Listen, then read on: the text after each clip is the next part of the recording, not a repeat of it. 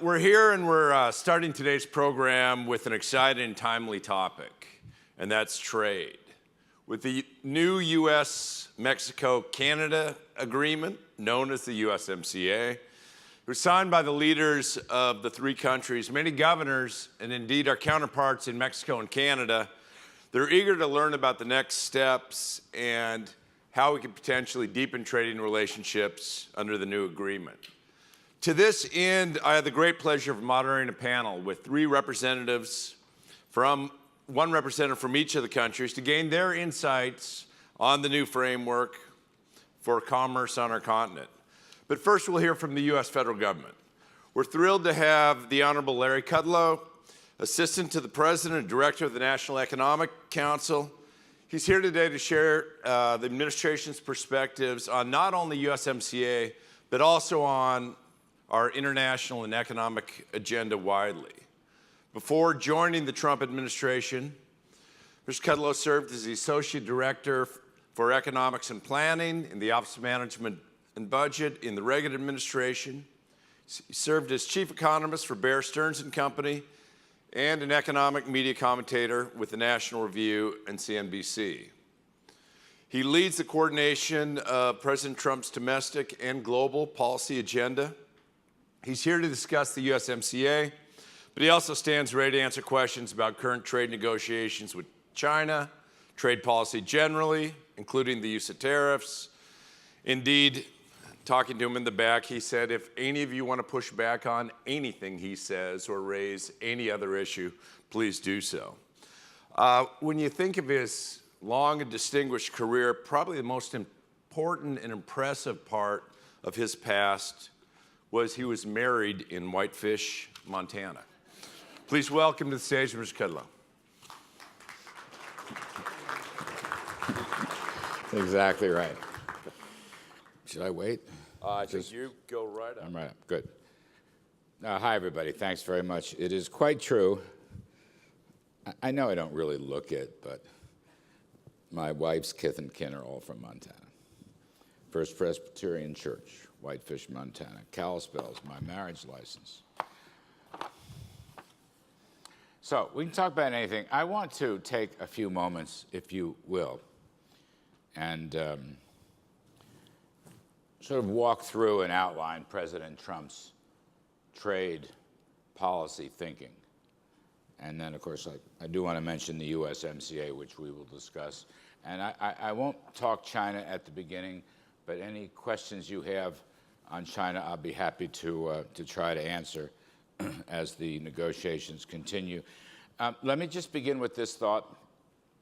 The President's view on trade: free, fair, and reciprocal. Free, fair, and reciprocal.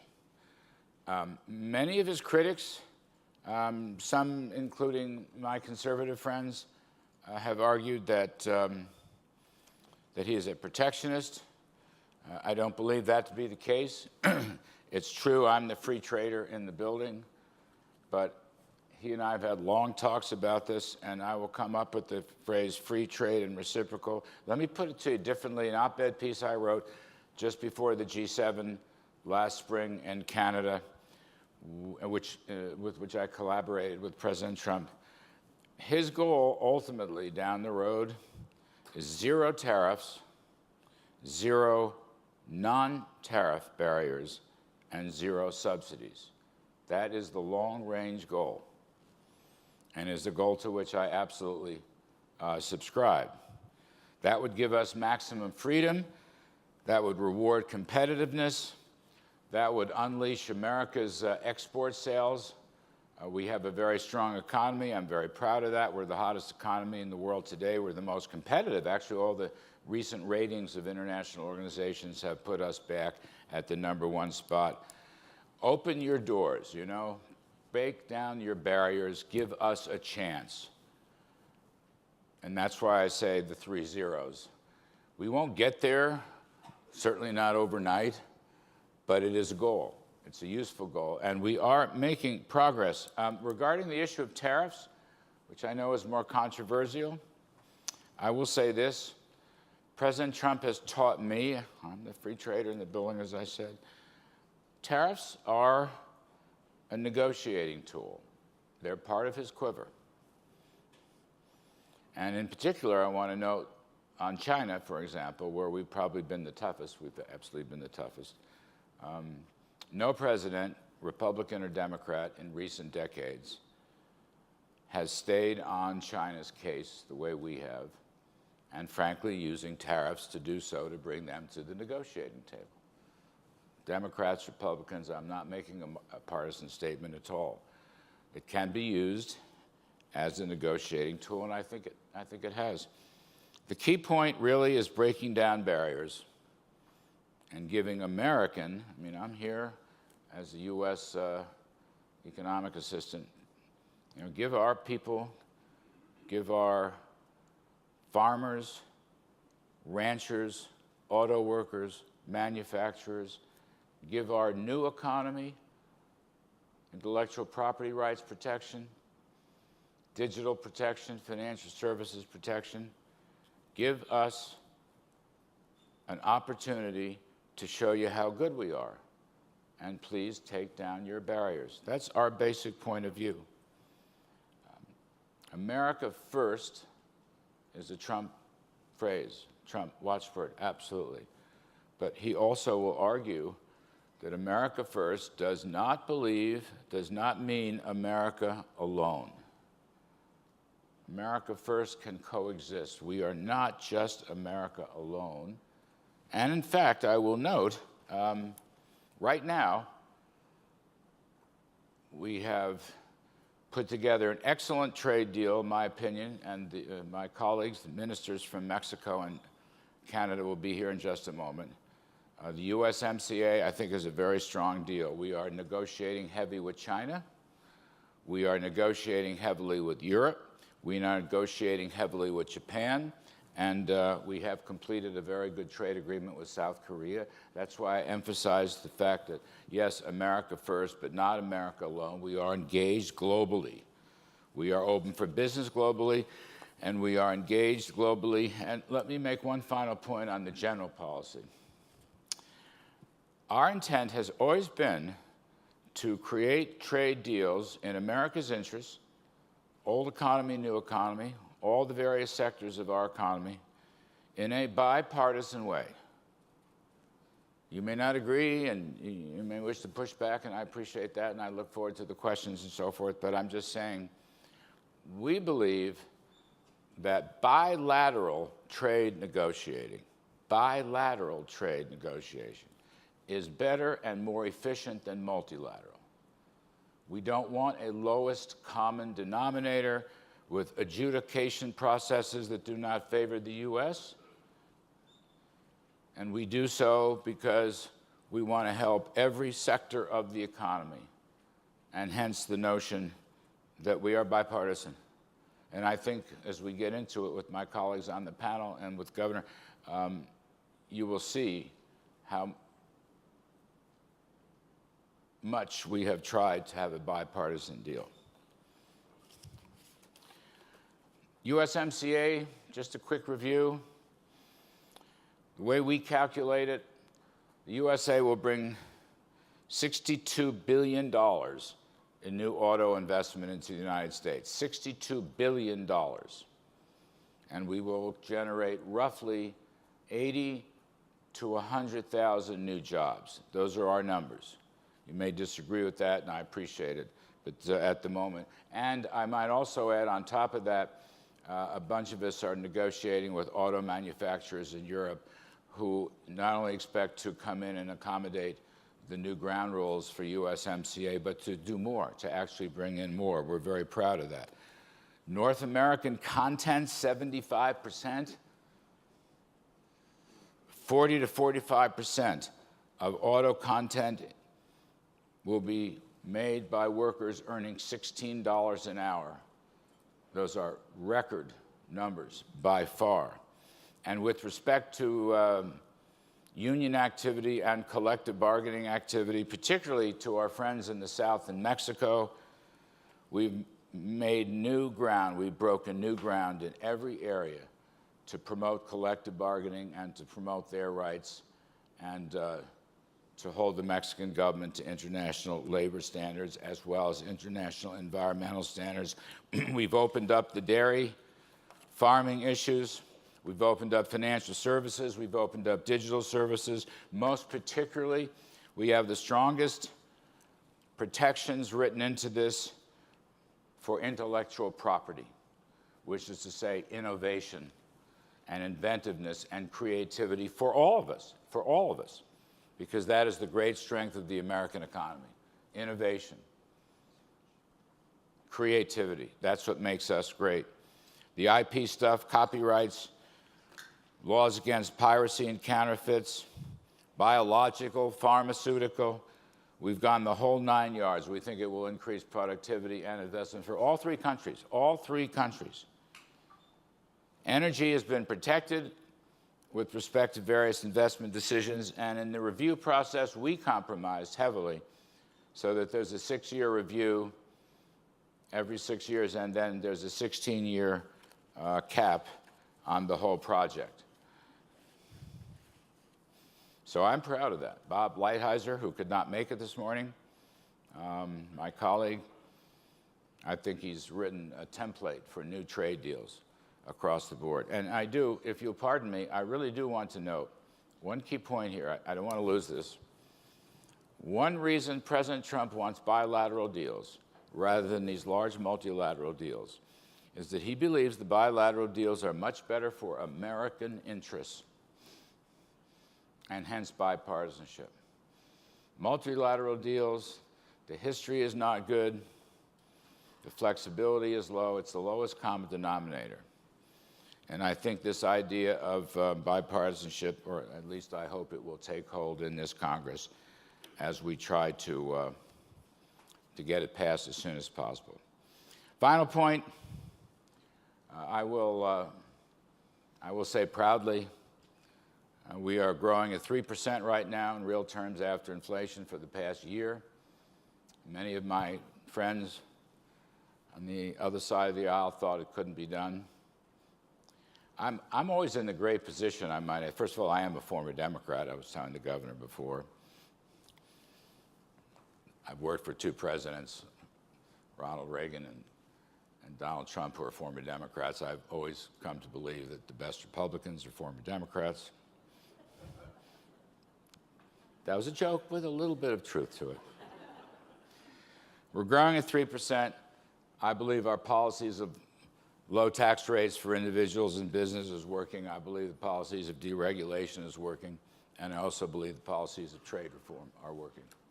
I understand there's disagreement. I had so many distinguished Democratic economists on my TV and radio shows down through the years. I can never get angry at them. I'm trying to bring them over to my side, but they're all pals of mine. But at the moment, the numbers look good for us. And if it's not true, I'll have to toe the line later on. I get that. But we're going to stay with our policies of low taxes, regulations, and trade reform and other areas. Folks, I'll just conclude. The unemployment rates are low. The individuals, African American, Hispanic, women, actually women, the labor force participation rate is rising quite significantly now. The biggest rocket ship within all those numbers is the re-entrance of women. And people from the unemployment ranks are now moving back into the employment ranks because wage rates are rising after inflation. We're very proud of that. I think the country personally has unlimited potential. My former boss, President Reagan, used to always say the best is yet to come. My current boss has the exact same sentiment and has expressed it. I am a believer in free enterprise capitalism, not socialism. Every night on my TV show, I would begin by saying free market capitalism is the best path to prosperity. I also believe in global cooperation. So does our administration. And I believe America is open for business. Open for business.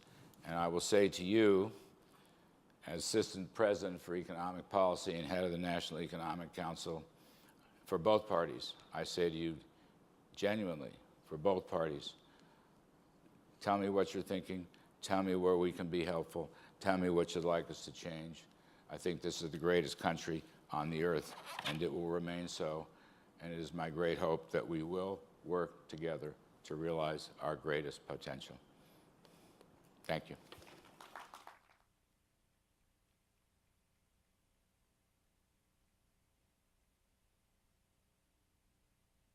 Ladies and gentlemen, please welcome our panelists. Michael? Thank you.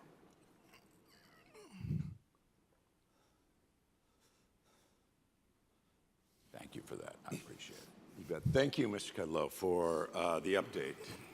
Now I have the sincere pleasure of introducing our distinguished guests from Mexico and Canada.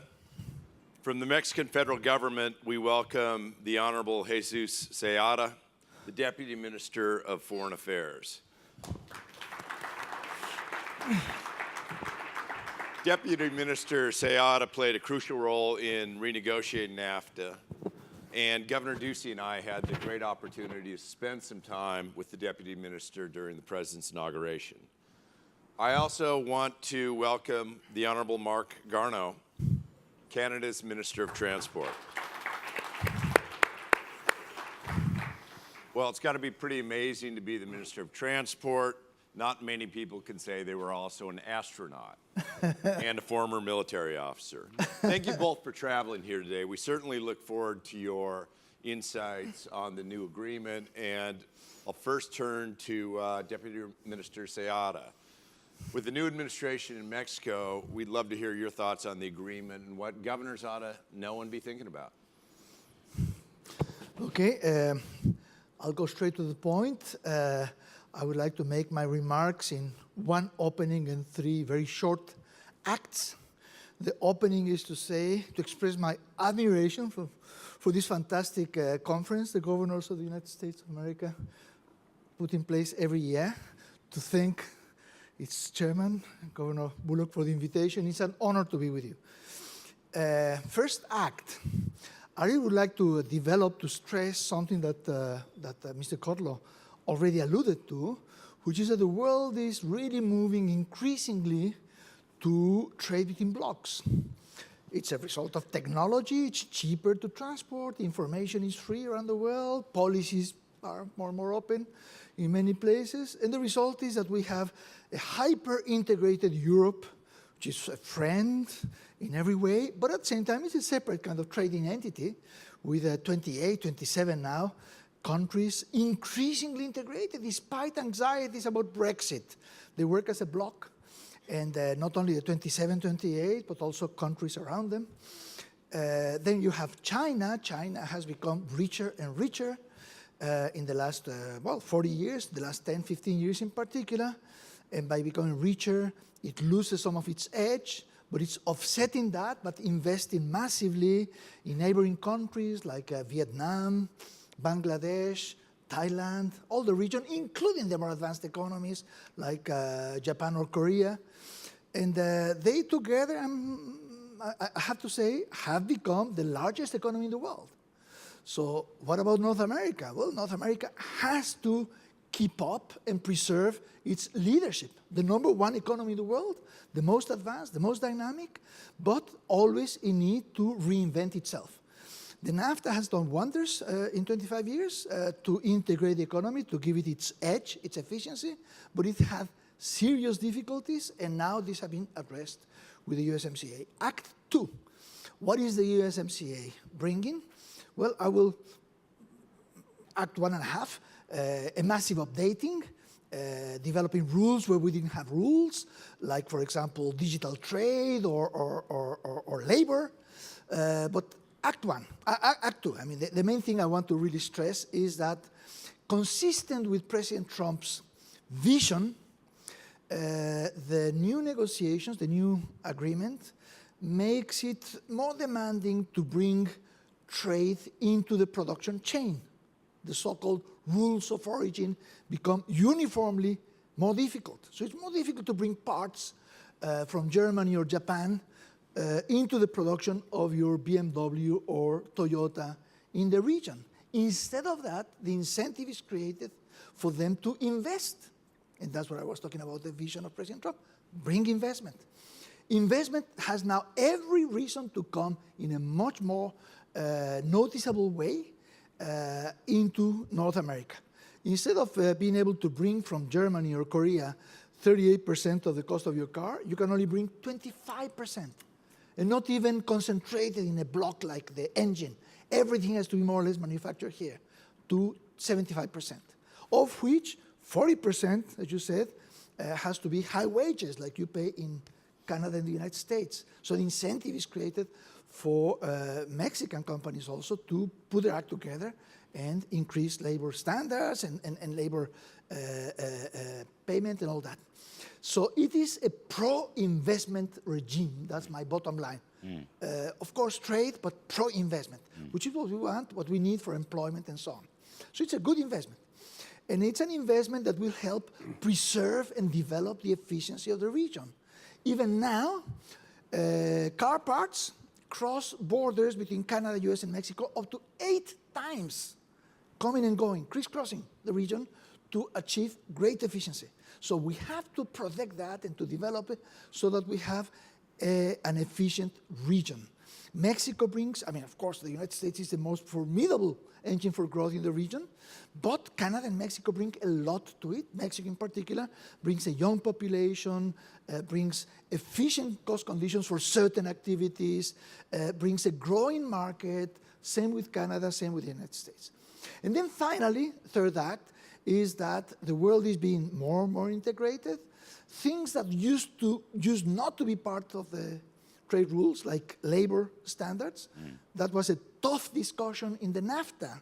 In the NAFTA, the Democratic Party won when the negotiations were, President Clinton, when the negotiations were completed, and there was a big effort to bring in labor standards and environment standards. It was not possible because the negotiations had been completed. It stayed as a side issue, a side agreement. Now they are central part of the new negotiations, of the new agreement. Labor standards, environment standards, anti-corruption chapter, a whole range of mechanisms to support what you need to support and we need support, which is small and medium enterprises. We have ways to help them, not subsidize them, but help them be efficient. So all that is what I call a strong social agenda that will be a benchmark for future trade agreements. So increased efficiency through integrated investment and a strong social agenda.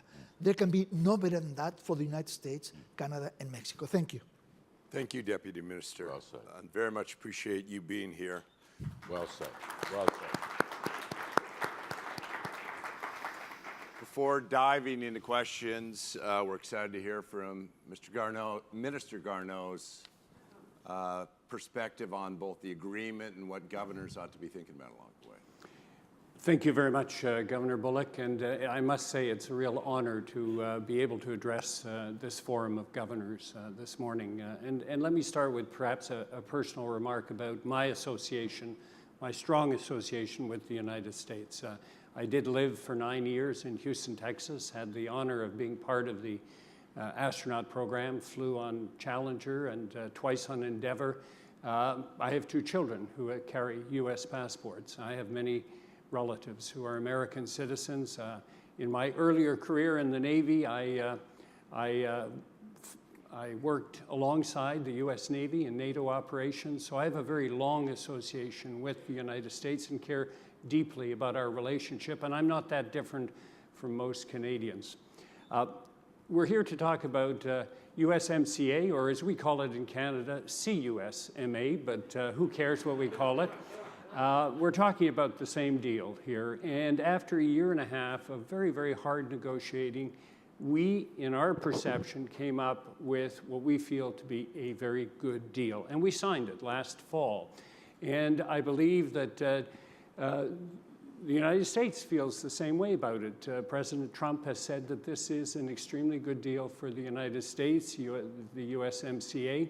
And to quote Mr. Kudlow, yes, the president did say at one point that as far as he was concerned, imposing tariffs on steel and aluminum was part of the negotiating process. But he also said that once we achieved a deal that was good for the United States, and he has said that, that those tariffs would be removed. So in our situation here in Canada, we can begin the ratification process on USMCA as of the 19th of March. And we want to go ahead and do it because this is very good for both of our countries. Canada and the United States have the largest trade in the world between two countries. It was over $680 billion in 2017. And for 35 of the 50 states, Canada is the #1 export destination of the products that are made in those 35 states, and in many other cases, the second most important destination. We want to ratify the USMCA, but we have a serious challenge in Canada. And it's not the fact that we have an election year this year, which we do, and which will cause us to move towards other priorities in the coming months. It is the fact that those tariffs on steel and aluminum are still in place. And those tariffs affect not only Canadian workers and industry, they also affect U.S. workers and industry. There is plenty of evidence to support that.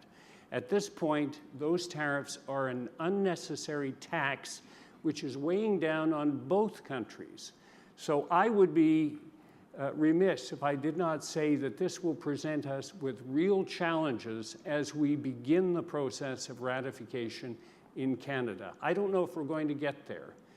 We would very much, and I am making a plea here to the governors, I am making a plea here that you bring up with the President of the United States the fact that these tariffs are a serious impediment to us moving forward on what is the best trade deal in the world. We all agree on that. USMCA is extremely important for both our countries. It will usher in a long period of stability, of investment, as the Undersecretary said, but we need to move away from these tariffs, which were invoked under national security reasons, which is frankly illogical.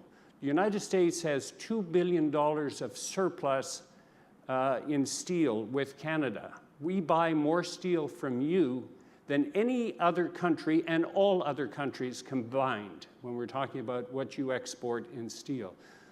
In terms of aluminum, yes, we do sell you more aluminum, but the United States has a need for 5 million metric tons per year for its own requirements, and you only produce 2 million tons. You need to import, and Canada is one of the countries that would like to continue exporting its aluminum to you without tariffs.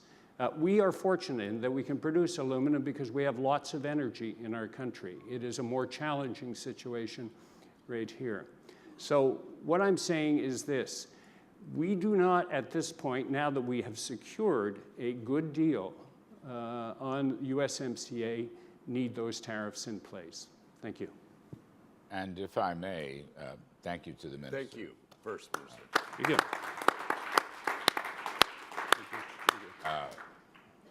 Ambassador Lighthizer and his group, we are working on that. We are hard at work on that to solve that issue. Thank you. Thank you, Mr. Cutler. I will ask a question, then open it up to all of you to ask a question. But first, I guess I'd say that, I mean, some have said that this is a little much ado about nothing, that it's essentially just cosmetic changes to NAFTA.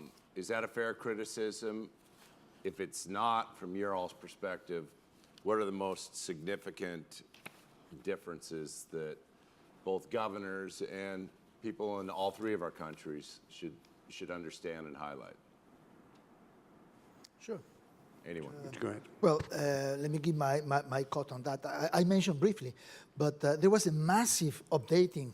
A treaty is as good as the mechanisms it offers to solve disputes, solve problems. And the dispute settlement system was really kind of out of date. So there were lots of ambiguities, imprecisions in the provisions on that were cleaned, updated, rules created for lots of situations.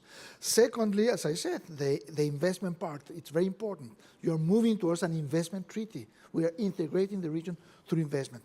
And perhaps third and most is the social agenda. We are creating rules for labor we didn't have any, for environment, for a number of areas. It's really a deep integration of our internal business that is no longer internal business because we are in this together as integrated economy. So you have to have those rules. So I think it's a major, without turning over the NAFTA in some of its fundamental free trade provisions, but it creates and changes the rules in very important ways. You know, I think the ministers, that's a really important point. In the past, including the original NAFTA, I was around. I actually served in the Reagan administration when he moved towards the U.S. Canadian. Yeah. That was the beginning of it. Yeah, yeah. I was 13 years old at the time, so Was very clever. sitting in R&B.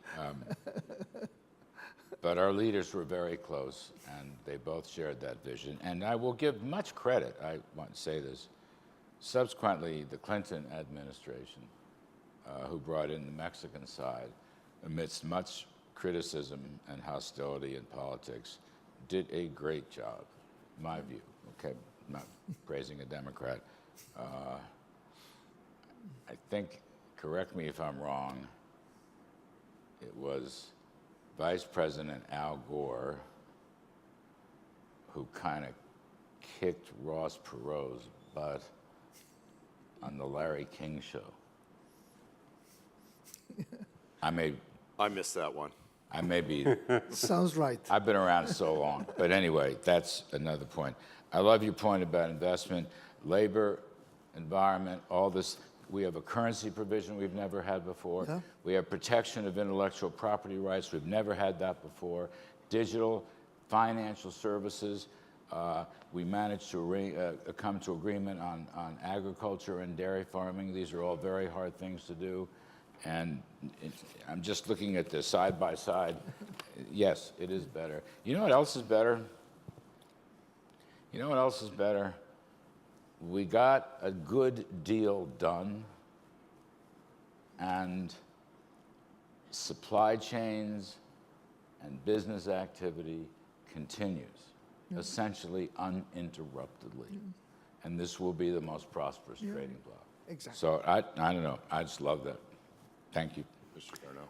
Yeah, I mean, NAFTA was a good deal at its when it was brought in 25 years ago, but the world has changed enormously. And I don't want to repeat what my colleagues have said here, but the fact that there are provisions with respect to labor and with respect to the environment, the fact that we are taking a more focused approach on intellectual property, these are all good things that needed to happen. So I think that this new deal, USMCA, is one for 2019 and is a necessary exercise. And in 6 years, we'll review it. And these are evergreen trade arrangements that have to take into account changing circumstances. But I think we're in a good place now. Yep. Do any of the governors have questions? Governor Herbert. Well, thank you. Again, it's an honor to have you all here to help us understand trade and some of the challenges that we face with our friends to the north and to the south. The longer I've been around the National Governors Association, the more I've come to appreciate that for most of us, our goals are the same. The outcomes we're looking for are the same. We sometimes differ on process, the pathway to get there, the role of government in our lives, redistribution of wealth, all those things, which is why we have different parties. One thing we seem to all agree on, though, is fair trade, free trade. I guess free trade is what we agree on. Fair trade sometimes, like beauty, is in the eye of the beholder. So, Mr. Kudlow, help me understand, I guess, one, how did we get in this mess where we have so many different trade agreements with so many different countries? Should they be different? Or should every trade agreement with every country be exactly the same? Good point, Governor. Look, I don't think every country, every trade deal with every country should be the same. I think each one has unique characteristics. We are engaged right now in trade talks. I might add intense trade talks. They haven't gotten above the fold coverage yet, but we're working with Europe which has similar but different situations. We're working with Japan, which has similar but different situations. And of course, we're working with China, which has, in many respects, the most differences. President Trump has argued for bilateral trade relations rather than multilateral trade deals. And I know not everyone agrees with that point of view, but he makes a couple of points that may help answer your question, sir. One of the points is these large-scale multilateral deals, frankly, don't help the United States as much as they should. Secondly, any adjudication processes actually run against the United States in many cases.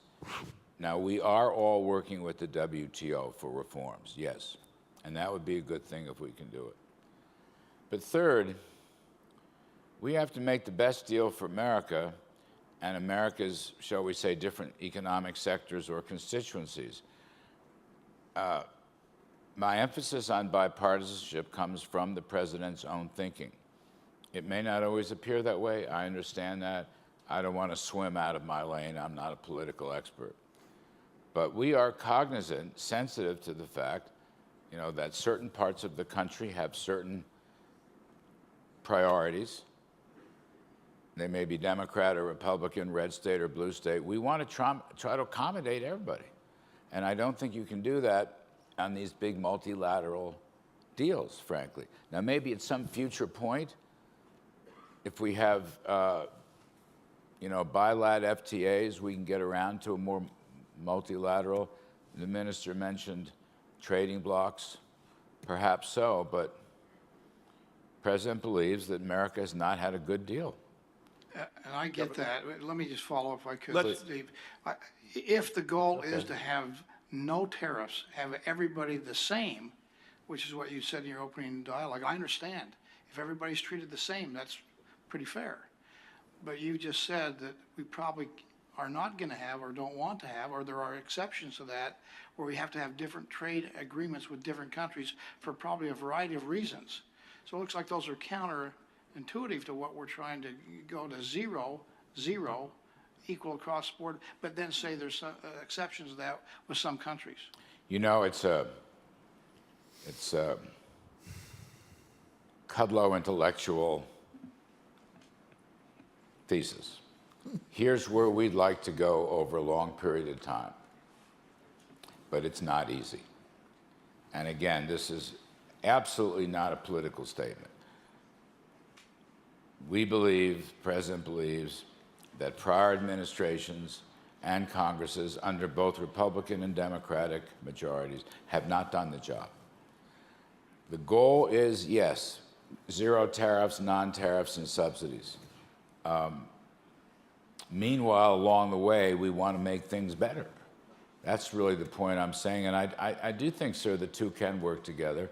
As far as the 3 zeros, I may or may not be around to see that. I get that in my lifetime. But I think it's a worthy thought. I'm just trying to say that, look, if we can have free, fair, and reciprocal, we will all benefit. I mean, we spent a lot of time with the farmers. We spent a lot of time with the unions. We spent a lot of time with our cousins in Mexico and Canada. We had a lot of different things. These are hard things to do, as you probably know. I don't see, you're on... Governor Sununu. Which state are you from, sir? We do a lot of international trade. Okay, so you understand it's a hard thing to do. Governor Sununu. Well, thank you very much. And, I think everybody wants to see definitely a deal done. I think it's a good deal. I think a lot of people would agree it has a lot of very good provisions in it. The tariffs sting, they do. But there's no doubt that there has been a value in drawing everyone to the table and getting something out. And I think the other major point, which Larry was alluding to, which is really critical here, is long term. This is the big domino to fall, to put pressure on Europe, to put pressure on Asia, to get these subsequent deals done.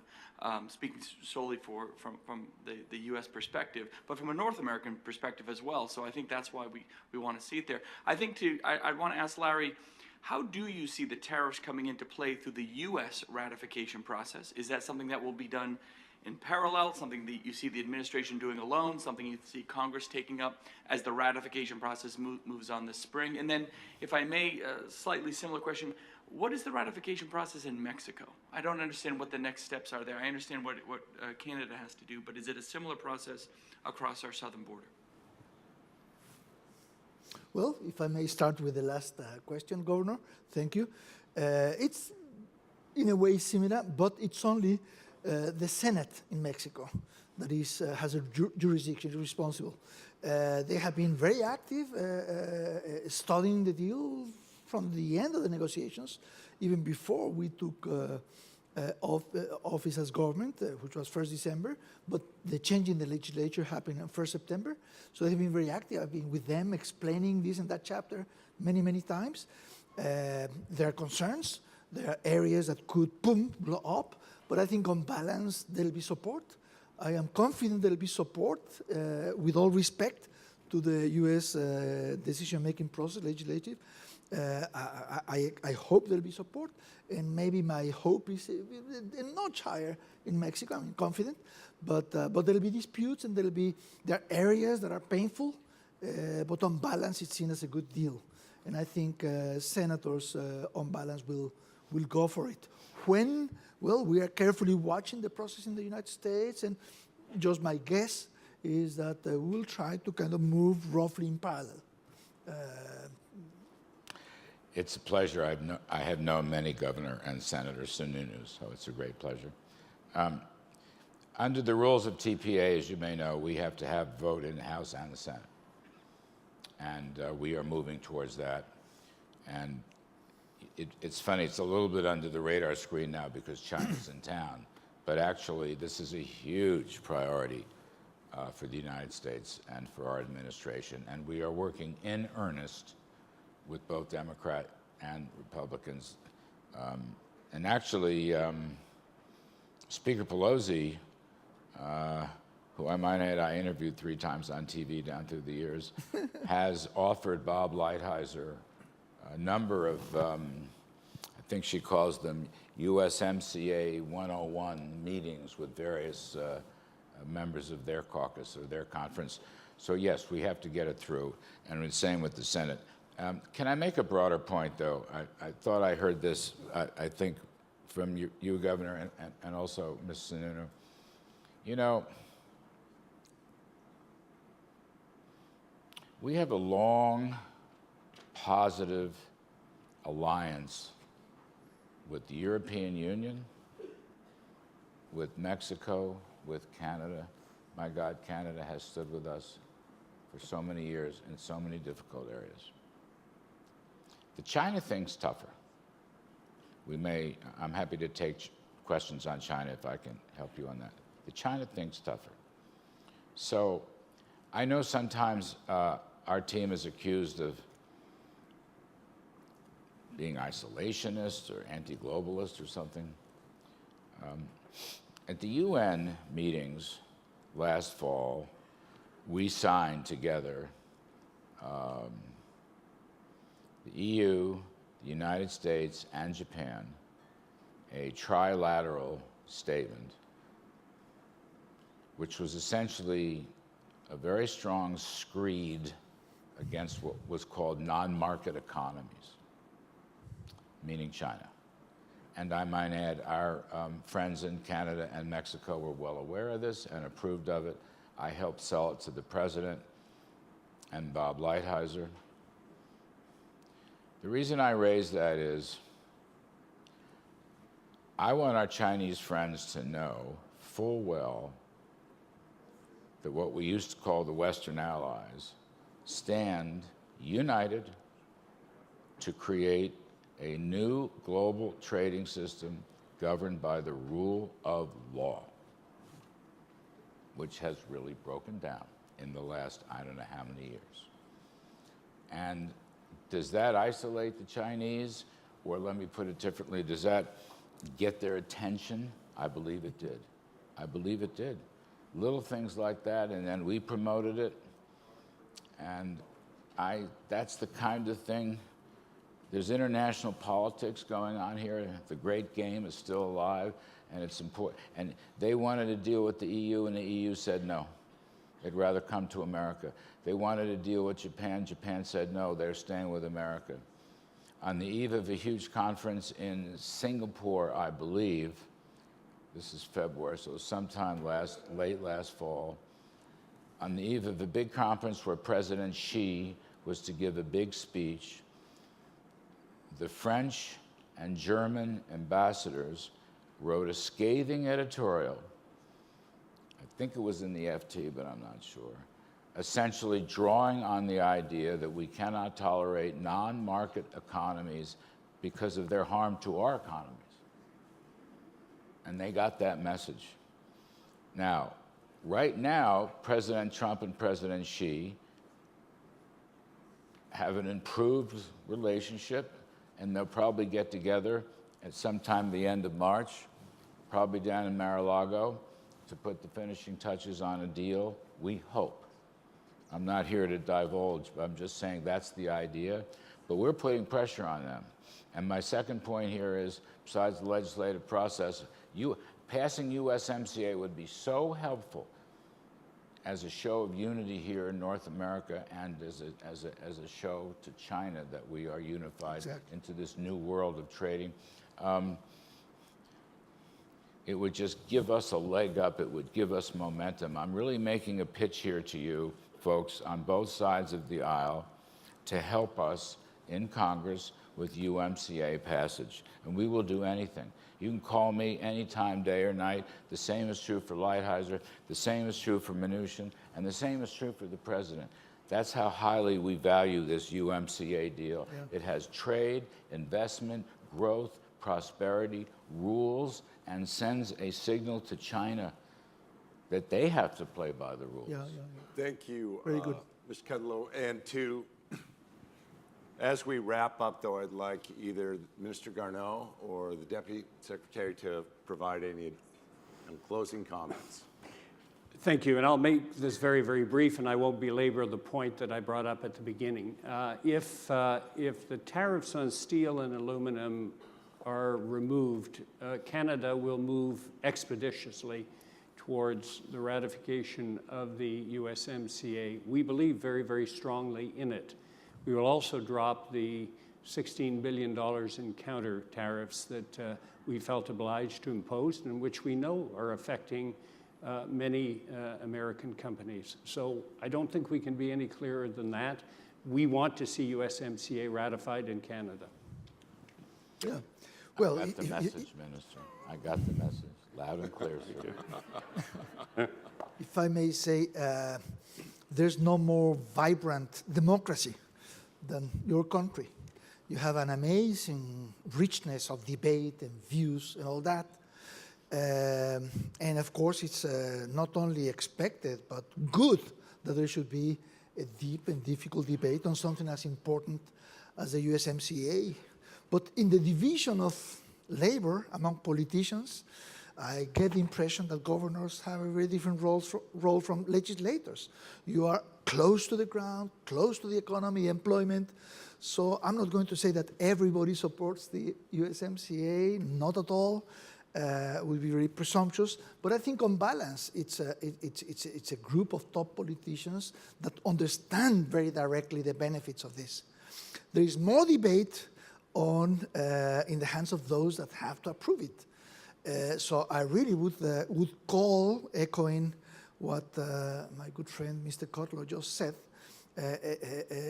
would call for you to not only to help the process, but to help us help the process, to guide the people in the White House, the people with Lighthizer, to help us as Mexicans to the extent that we can help with this or that participation, explanation, whatever, the Canadians, how to pass the message to the whole political bodies in the United States for this to go through.